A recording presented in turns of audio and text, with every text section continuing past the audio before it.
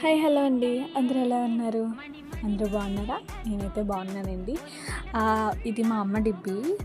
నేనే ఇరగ్గొడుతున్నాను. ఎందువలన అంటే నాకు స్టవ్‌కి కొంచెం మనీ అనేది సరిపోలేదు. సో, ఇంకా మా అమ్మ ఎలాగో దాచుకుంది కదా డిబ్బీ అనేసి అది పగలగొట్టేసాను. అదేముంచో దసరాకి పోపులు దానికి అనేసి పెట్టింది. సో, అది ఇంక నేను విరగ్గొట్టేసాను. ఇవన్నీ కలిపి మొత్తం ఎంతవుతదని గెస్ చేసి కామెంట్ అయితే చేయండి.